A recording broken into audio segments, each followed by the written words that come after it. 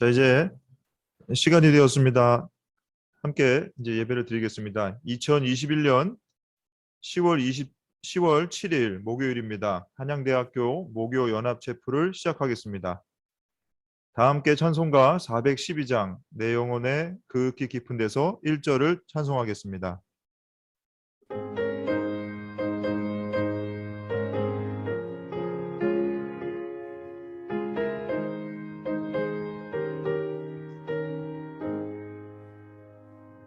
내 영혼의 극히 깊은 데서 맑은 가락이 울려나네. 하늘 곡조가 언제나 흘러나와 내 영혼을 고이 싸네.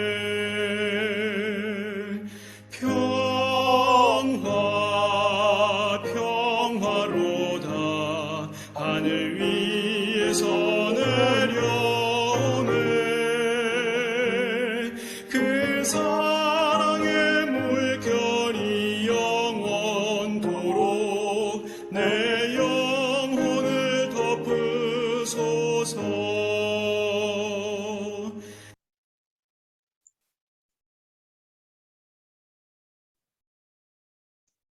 다 함께 기도드리겠습니다.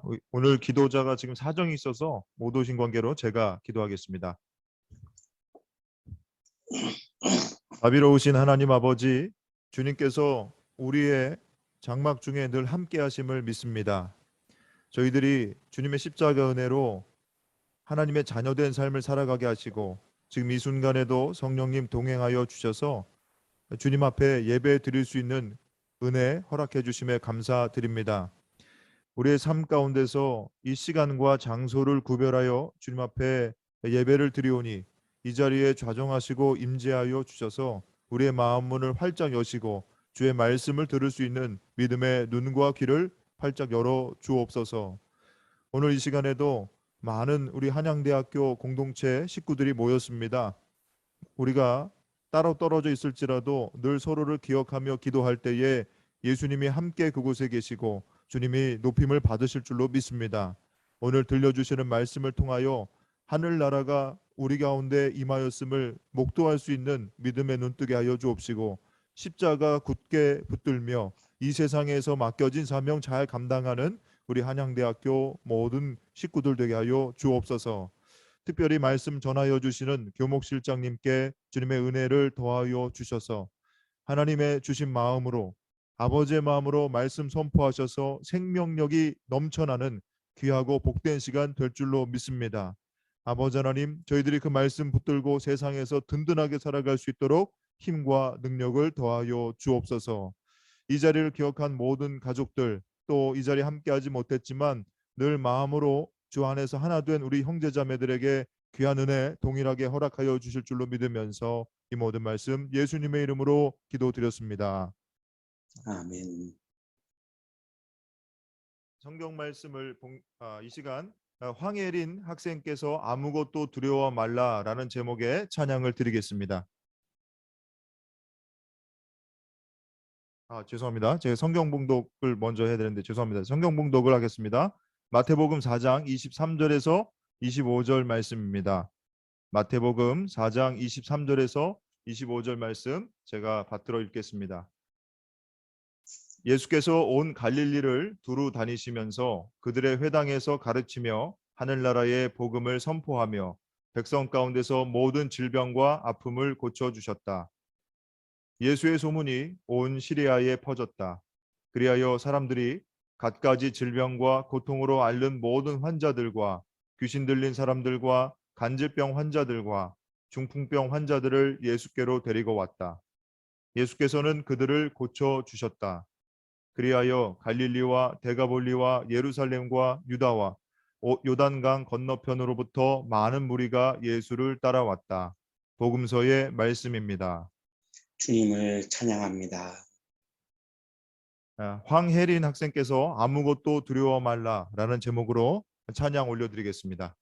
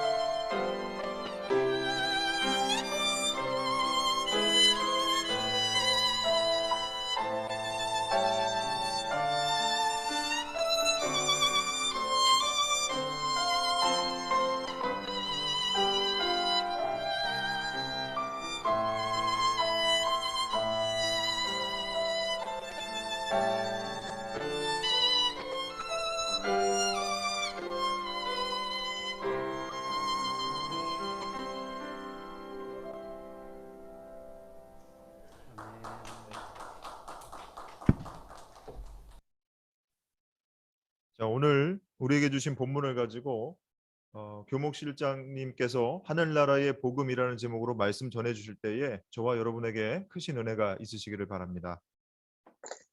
네, 인사 나누겠습니다. 안녕하세요. 안녕하세요. 안녕하세요.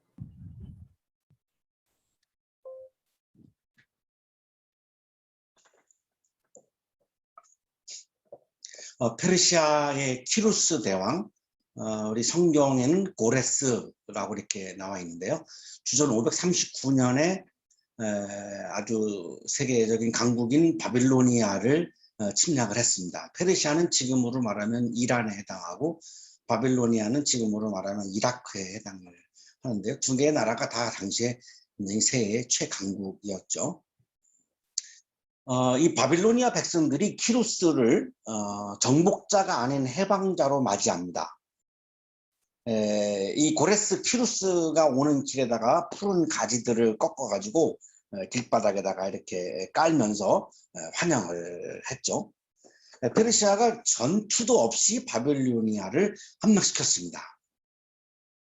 그러니까 바빌로니아의 그 통치자의 굉장히 리더십에 문제가 많았던 것으로 그렇게 보입니다. 바빌로니아가 함락되는 장면입니다. 티슈리 월에 고레스가 아카드 군대를 티그리스 강가 오피스에서 공격했을 때 아카드 사람들이 후퇴하였다. 그가 전리품을 약탈하였고 사람들은 사륙하였다. 그달 14일에 싸우지도 않고 18일가 함락되었으며 나보니두스는 도망하였다. 16일에 구티움의 총독 고브리아스와 고레스의 군대가 전투 없이 바벨론에 입성하였다. 전쟁도 하지 않고 페르시아가 바빌로니아를 함락시킨 것을 우리가 이렇게 역사 기록을 통해서도 확인할 수 있습니다. 자, 그 당시에 이스라엘은 바빌로니아의 지배를 받고 있었죠. 포로로 끌려갔고요. 한 70여 년 동안 노예로 살았는데요. 그런데 바빌로니아가 페르시아한테 망하니까 이제는 페르시아의 노예로 바뀐 거죠. 그러니까 유대는 뭐 굉장히 아픈 거죠. 예, 이게 뭐 나라가 그냥 바뀌기만 했고 노예는 여전히 노예인 거고요. 이 당시에 페르시아는 아주 세계 최강국이었는데 영토가 어마어마했습니다. 이 동쪽으로는 서아시아, 지금으로 말하면은 뭐 인도까지 이게 확장되어 있었고요. 서쪽으로는 이집트, 아프리카까지 이제 뻗어나갔고, 그리고 서쪽으로는 마케도니아까지 이렇게 뻗어갔으니까 3개 대륙을 다 이렇게 영토를 확장할 정도로 세계적인 그런 강국, 최강국이었습니다.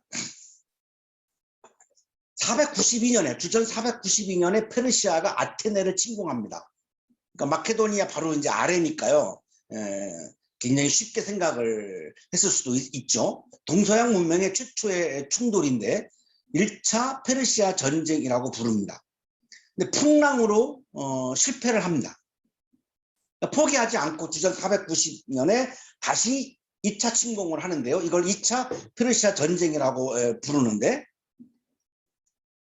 아테네에서 42.195km가 떨어진 곳에 마라톤 평원이 있었고 이 마라톤 평원에서 이제 붙은 거죠. 전쟁이 일어난 거죠.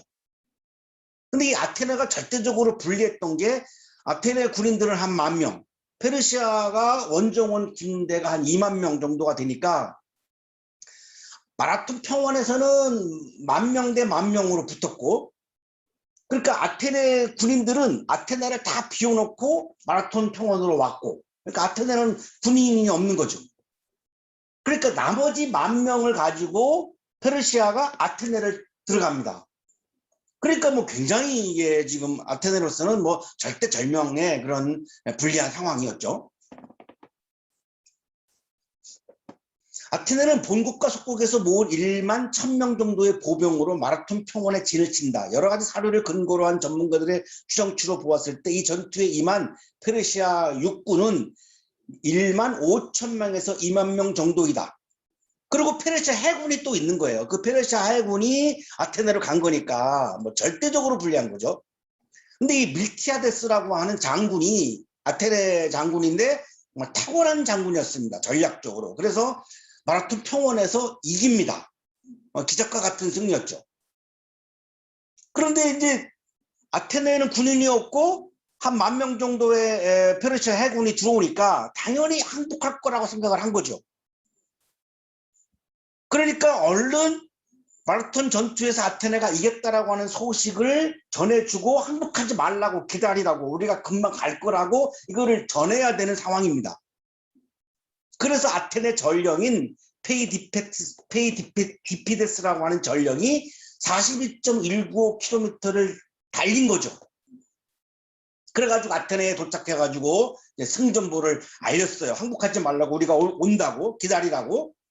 이때에 이 승전보를 들은 아테네 시민들이 기쁜 소식이라고 반응을 보인 거죠. 이거를 그리스어로 유안겔리온이라고 얘기합니다. 유안겔리온 막 소리를 친 거죠. 이 유안겔리온을 우리말 성서에서 복음이라고 번역을 한 겁니다. 복이 되는 소리, 복된 소리, 기쁜 소식, 굿뉴스, 이 복음이라고 하는 말이 성서 기자가 처음으로 사용한 용어가 아니고 이 아테네에서도 이미 사람들이 민중들이 사용했던 용어예요. 유안겔리온, 기쁜 소식이다, 기쁜 소식이다라고 막 소리를 쳤던 용어입니다. 그리고 나서 이 사람이 이제 죽었다라고 우리에게 알려져 있는데 그거는 역사 기록에는 없어요. 그냥 후대의 하나의 고사인데 그래서 이것이 이제 마라톤의 유래가 되어서 이제 지금도 올림픽에서 42.195km를 마라톤 선수들이 이렇게 달리죠. 1982년 이란에서 테헤란 아시안 게임이 있었는데 이때 마라톤 종목을 하지 않았어요. 왜냐면 이 마라톤 전투에서 페르시아 이란이 이제 패배했던 역사적인 사실 때문에 마라톤 종목을 아예 하지 않았던 이유가 거기에 있죠. 자, 우리말 성서에서 이 유안겔리온을 복음이라고 번역을 했는데 이 복음은 동사형으로는 유앙겔리조인데 유라고 하는 말과 앙겔리아의 합성어인데 유는 좋다라는 말이고 앙겔리아는 알리다라는 얘기입니다. 그러니까 굿뉴스가 되는 거죠. 좋은 소식을 알리다, 승리의 소식을 알리다라고 하는 그런 뜻을 가지고 있는 단어입니다. 페르시아 전쟁에서 마라톤 전투에서 세계 최강을 이기고 승리한 상황에서 아테네 전령이 아테네에 도착해서 승전보를 알렸고 아테네 시민들이 유안겔리온 기쁜 소식이다, 승리의 소식이다 이렇게 막 반겼던 거고요. 그리고 이제 로마 시대에 가서는 황제에 관한 소식을 유안겔리온이라고 불렀습니다. 로마 황제가 이제 이집트에 가가지고 전쟁에서 이겼다. 이러면 이제 이게 유안겔리온이라고 부른 거죠. 박수함 교수의 설명입니다. 유안겔리온을 이렇게 설명합니다. 기원전 5세기에서 기원 3세기까지의 헬라 사회에서는 로마 황제의 출생이나 즉위, 군사적 정치적인 승리에 대한 기쁜 뉴스, 유안겔리온을 뜻했다. 그러니까 로마 시대의 유안겔리온은 황제가 태어난 생일날, 이게 유안겔리온이에요. 황제가 즉위한 날, 이게 유안겔리온이에요. 황제가 나가서 전쟁에서 이겼다, 이게 유안겔리온이에요. 이때 것의 설명입니다. 황제 옥타비아누스에 관한 비명 안에는 다음과 같은 글이 적혀 있다. 신의 생일은 세상을 위한 기쁜 소식, 유안겔리온의 시작이다. 자, 이 복음은 굿뉴스, 좋은 소식, 한자어로 복음, 복이 되는 소리라고 하는 뜻을 가지고 있죠. 예수 그리스도의 복음은 예수의 소리, 예수의 복이 되는 소리라고 하는 의미를 가지고 있는 거죠. 자, 예수의 이 복된 소리, 복이 되는 소리 중에 첫 소리를 우리가 지난주에 봤죠.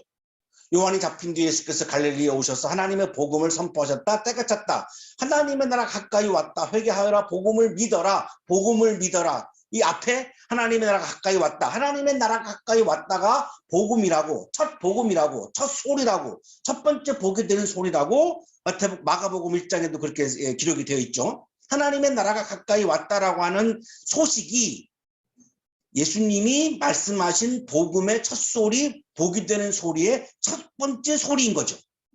하나님의 주권이 다스리시는 하나님의 나라가 가까이 왔다. 하나님이 다스리시는 하나님의 나라가 도래하면 유대인들은 노예로부터 벗어나서 인간답게 살 수 있는 거죠. 당시에 로마의 노예였으니까요. 그래서 예수님의 소리가 예수님의 복이 되는 소리인 거고, 지금 여기에 하나님의 나라가 가까이 왔다라고 하는 이 소식이 기쁜 소식이 되었던 거죠.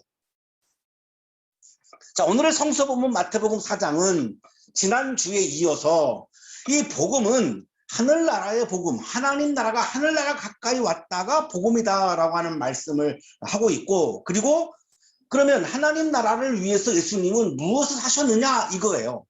하나님의 나라를 그냥 선포만 하신 게 아니라 구체적으로 하나님의 나라를 이루기 위해서 예수님은 미니스트리, 사역을 하셨어요. 세 가지 사역을 하셨어요. 세 가지. 예수께서 온 갈릴리를 두루 다니시면서 갈릴리를 두루두루 다니는데, 이 갈릴리는 어둠의 세상이죠. 죽음의 세상이죠. 그들의 회당에서 가르치며 하늘나라의 복음을 선포하며 백성 가운데서 모든 질병과 아픔을 고쳐주셨다. 자, 세 가지죠. 회당에서 가르쳤다. 티칭이라고 하는 사역을 하신 거죠. 하늘나라의 복음을 선포했다. 프리칭, 말씀을 선포했어요. 질병과 아픔을 고쳐주셨다. 힐링. 하나님의 나라를 이루기 위해서 예수님은 티칭, 프리칭, 힐링 세 가지 사역을 미니스트리를 하신 거죠. 그럼 뭘 가르쳤을까요? 하나님 나라가 가까이 왔다라고 하는 걸 가르친 거죠. 뭘 선포했을까요?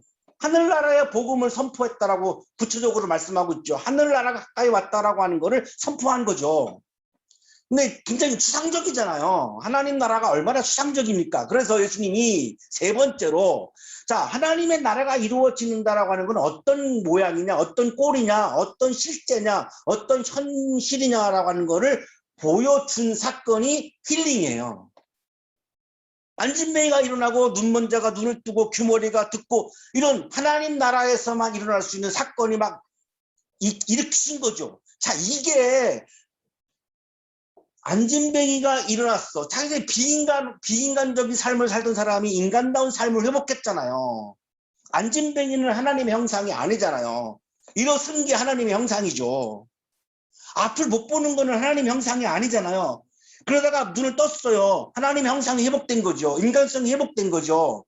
자, 이게 바로 하나님의 나라가 지금 여기에 도래하는 모습이다라고 하는 거를 보여준 사건이 바로 힐링의 사건이죠.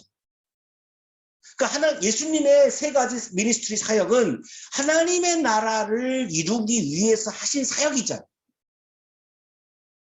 이때가 주 30년경이고 30대 초반의 청년인 예수께서 갈릴리에 사는 사람들을 만났어요. 이 갈릴리에 사는 사람들은 어둠의 세계에서 사는 사람들이죠. 마태복음 4장 16절 나와 있죠. 어둠에 앉아있는 백성이 큰 빛을 보았고 그늘진 죽음의 땅에 앉은 사람들에게 빛이 비쳤다. 어둠의 세상이었고 죽음의 세상이었던 거죠.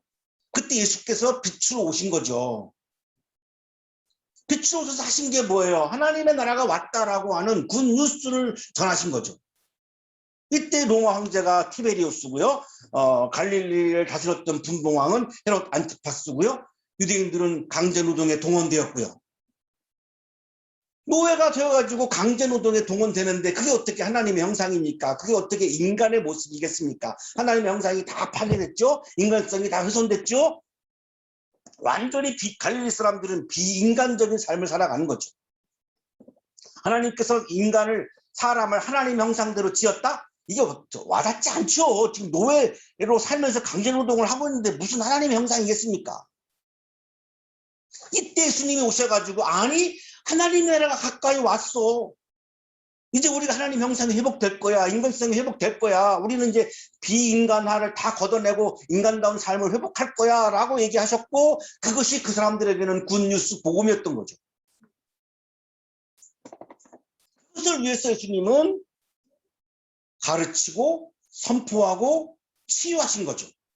헬라어로는 디다스콘, 여기서 이제 디다케라고 하는 명사형이 나오는 거죠. 케루손, 여기서 케리그마라고 하는 명사형이 나오는 거고, 테라피온, 여기서 영어의 테라피라고 하는 단어가 나온 건데요.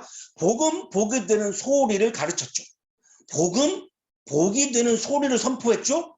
아파서 비인간적으로 사는 사람들을 치유하신 거죠. 예수님의 치유는 예수께서 가르치시고 선포하신 복음, 하나님의 나라가 실제로 이루어지는 사건의 현실이었던 거죠. 치유를 통해서 하나님의 형상이 회복되고 인간성이 회복되는 그런 복이 되는 사건이었던 거죠. 코로나가 와가지고 우리는 명절 때 가족들과도 만나지 못하는 상황을 직면하고 있어요. 정말 비인간적이죠. 형제자매가 못 만나는 거요. 이런 상황이 인간다운 삶으로 변화된 거죠. 그게 하나님 나라라는 거죠. 하나님 나라가 지금 여기에 도래해서 하나님의 형상이 회복되고 인간성이 회복되고 치유가 이루어지는 것이 복음이라고 말씀하신 거죠. 하나님의 나라를 위해서 지금 여기에 이루시기 위해서 아버지의 영광을 위해서 아버지의 기쁨을 위해서 티칭하고 프리칭하고 힐링하신 거죠. 자, 예수님께서 제자 훈련을 하셨는데요. 제자들에게 제자 훈련을 하시면서 하신 말씀이 마태복음 10장 7절에 있어요. 다니면서 하늘나라가 가까이 왔다고 선포하여라. 제자들한테 이렇게 훈련하셨어요. 너희들이 나가서 뭘 선포해야 되느냐? 하늘나라가 가까이 왔다라고 하는 걸 선포하라 이렇게 말씀하신 거죠. 이게 예수님의 제자 훈련의 내용입니다. 예수님께서 제자들에게 복음은 하늘나라의 복음이라고 강조했어요. 마태복음 24장 14절입니다. 이 하늘나라의 복음이 복음을 설명하죠. 하늘나라의 복음이라고. 온 세상에 전파되어서 모든 민족에게 증언될 것이다. 그때야 끝이 올 것이다. 복음은 뭐냐? 하늘나라가 가까이 왔다가 복음이다 라고 계속해서 지금 강조하시죠. 마가복음을 통해서도 역시 같은 말씀을 하십니다. 마가복음 1장 14절 15절 요한이 잡힌 뒤에 예수께서 갈릴리에 오셔서 하나님의 복음을 선포하셨다. 복음을 선포하셨다. 때가 찼다. 하나님의 나라가 가까이 왔다. 복음은 뭐냐? 하나님의 나라가 가까이 왔다가 복음이다 라고 말씀하신 거죠. 누가복음에서도 누가복음 4장 43절입니다. 그러나 예수께서 그들에게 말씀하셨다. 나는 다른 동네에서도 하나님 나라의 복음을 전해야 한다.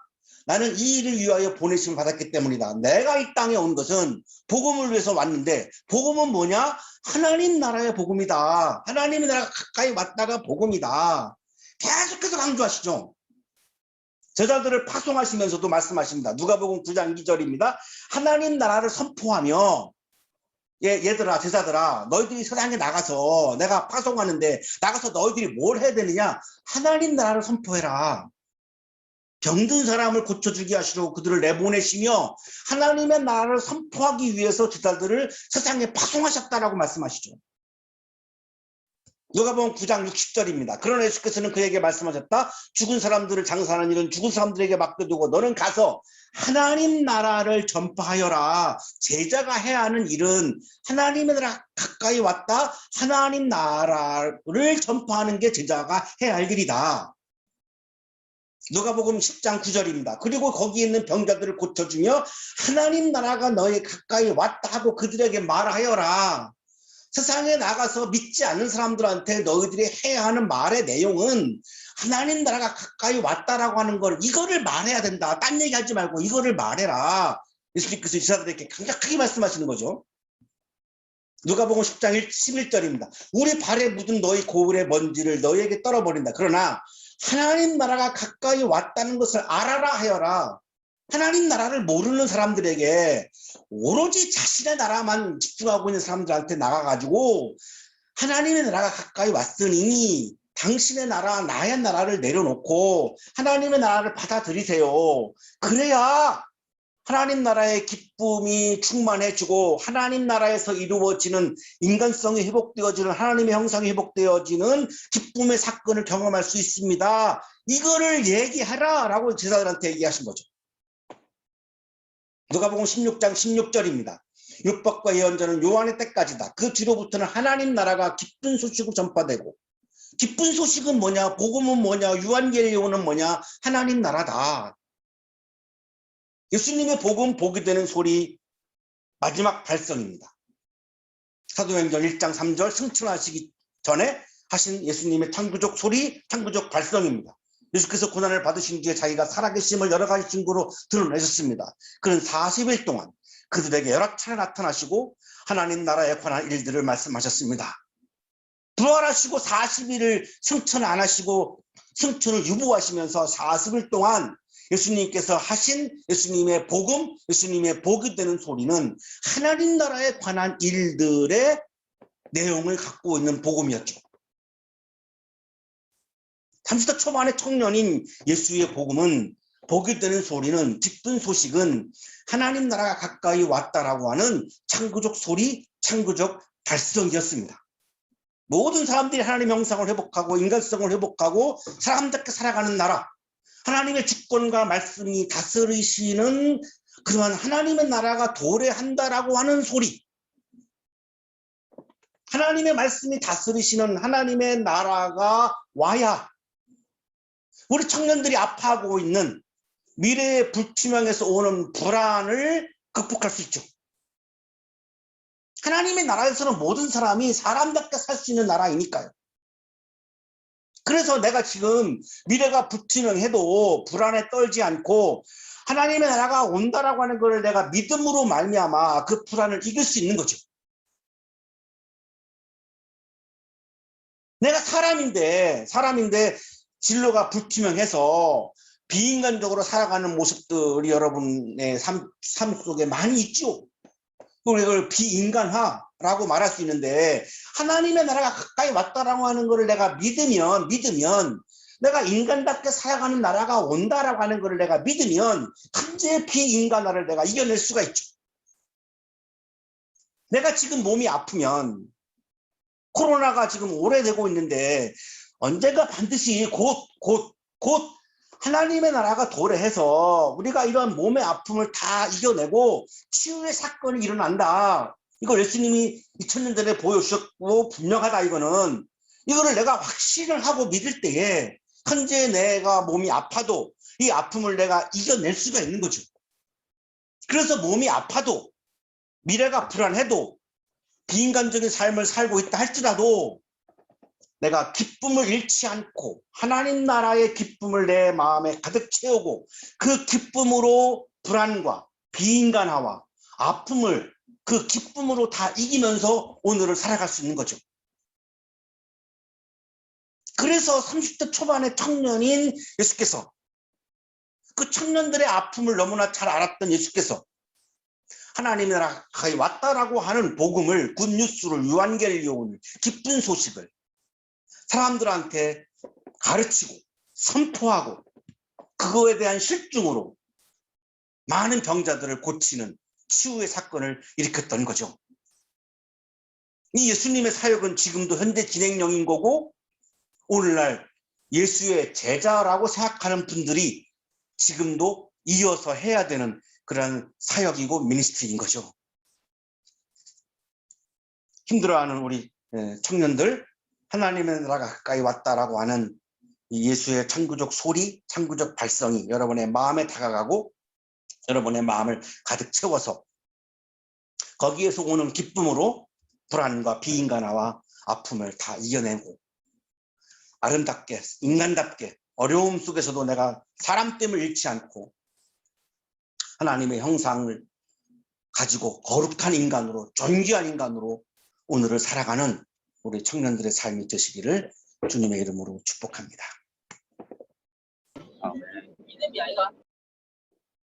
거룩하신 주님, 미래의 불투명함 때문에 불안함 속에서 살고 있는 우리들입니다. 여러 가지 모양으로 인간다움을 잃어버리고 비인간적으로 살아가고 있는 우리들입니다.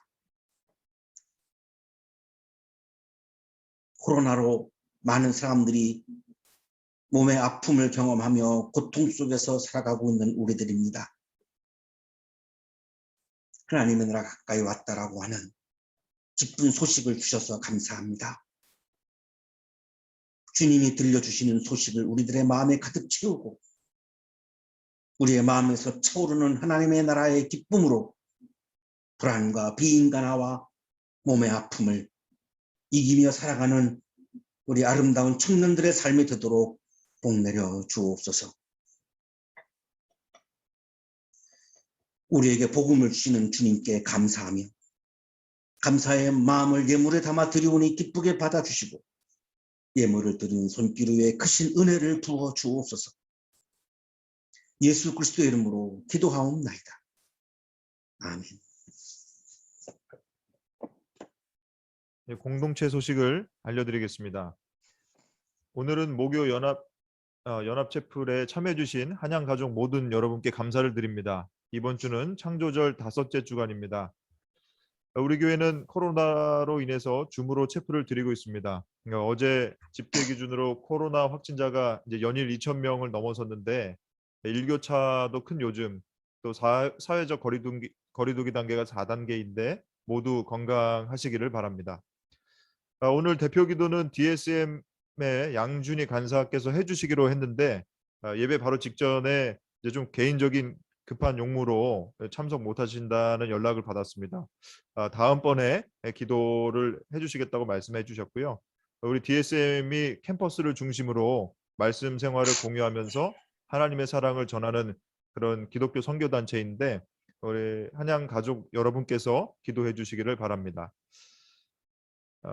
이상 공동체 소식을 알려드렸습니다. 이제 이천진 교목실장님께서 축도해 주심으로 2021년 10월 7일 목요일 한양대학교 목요연합체프를 마치도록 하겠습니다.